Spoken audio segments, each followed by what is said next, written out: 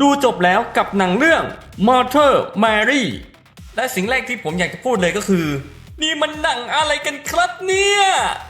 คือตอนดูตัวอย่างผมคิดว่าหนังเรื่องนี้น่าจะมาในแนวเพลงผสมกับความระทึกขวัญมีความลึกลับหรืออาจจะมีความสยองขวัญเข้ามาเกี่ยวด้วยเพราะตัวอย่างมันชวนให้คิดว่าการที่ตัวละครหนึ่งคนจะโด่งดังมาถึงจุดนี้ได้นะครับมันต้องแลกมากับอะไรบางอย่างตอนแรกผมก็แอบคิดว่ามันคงจะเกี่ยวกับคำสาปหรือเปล่าหรืออาจมีพลังเหนือธรรมชาติอะไรบางอย่างที่ทำให้ตัวละครหลักกลายเป็นศิลปินระดับตำนานได้แต่พอดูจนจบแล้วต้องบอกว่าโอ้โหเล่นกันอย่างนี้เลยเหรอเนี่ยเรื่องนี้สำหรับผมนะครับต้องพูดตรงๆเลยว่าไม่ได้เป็นหนังที่ดูง่ายนะครับมันไม่ใช่หนังที่ดูแล้วเพลินไม่ใช่หนังที่เล่าเรื่องแบบตรงไปตรงมาและไม่ใช่หนังที่ทุกคนจะชอบได้ง่ายๆนะครับโดยหนังเรื่องนี้นะครับเล่าถึงมอเตอร์แมรี่ศิลปินหญิงชื่อดังที่รับบทโดยแอนฮัตเวย์นะครับเธอเป็นนักร้องระดับตำนานที่ดังมากๆนะครับแต่วันหนึ่งเธอต้องกลับไปเจอกับอดีตเพื่อนสนิทอย่างแซม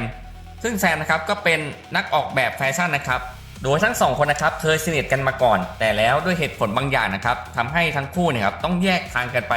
จนกระทั่งมีอยู่วันหนึ่งนะครับมาเธอร์แมรี่ต้องกลับมาหาแซมอีกครั้งเพื่อให้เธอนะครับช่วยออกแบบชุดสำหรับการกลับขึ้นเวทีคอนเสิร์ตอีกครั้งหนึ่ง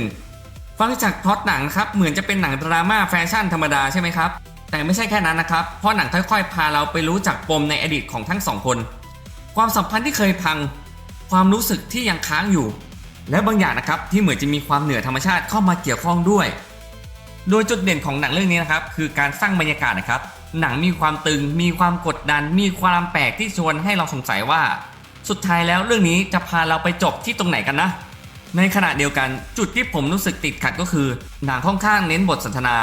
เน้นอารมณ์ของตัวละครและสถานที่ที่ใช้ถ่ายเนี่ยน้อยมากนะครับใครที่คาดหวังความมือหวาความระทึกแบบจัดเต็ม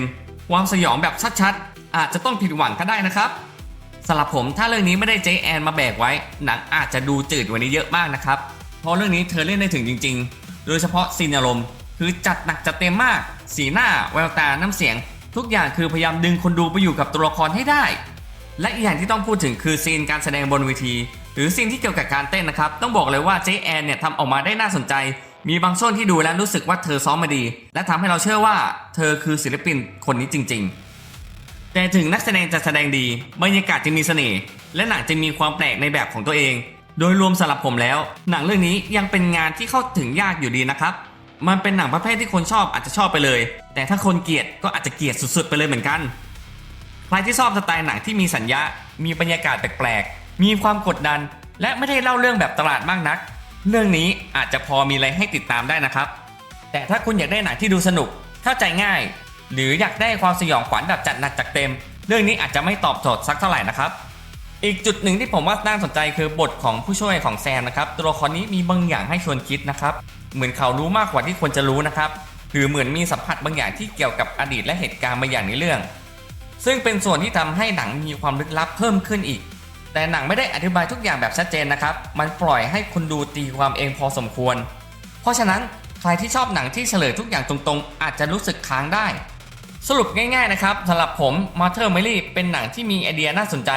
มีบรรยากาศเฉพาะตัวและมีแอนฮัตเวย์ที่เล่นได้โดดเด่นมากๆแต่ถ้าในแง่ความสนุกผมยังรู้สึกว่ามันไม่สุดหนังค่อนข้างช้าสำหรับเรื่องนี้ส่วนตัวแล้วผมให้2 ดาวจาก5 ดาวนะครับใครที่เป็นแฟนคลับเจแอนฮัตเวย์นะครับผมบอกเลยนะครับว่าน่าเข้าไปดูมากๆนะครับเพราะเรื่องนี้เธอจัดเต็มจริงๆซึ่งดูจบแล้วอาจจะมีคำถามเดียวกับผมเลยนะครับว่านี่มันหนังอะไรกันครับเนี่ยแล้วเพื่อนๆล่ะครับใครที่ไปดูมาเธอร์แมรี่มาแล้วคิดเห็นยังไงชอบหรือไม่ชอบมาคอมเมนต์คุยกันได้เลยนะครับและอย่าลืมกดไลค์กดแชร์กดติดตามเพื่อเป็นกำลังใจให้ช่องผมเนี่ยนะครับแล้วเจอกันใหม่คลิปหน้านะครับสวัสดีครับ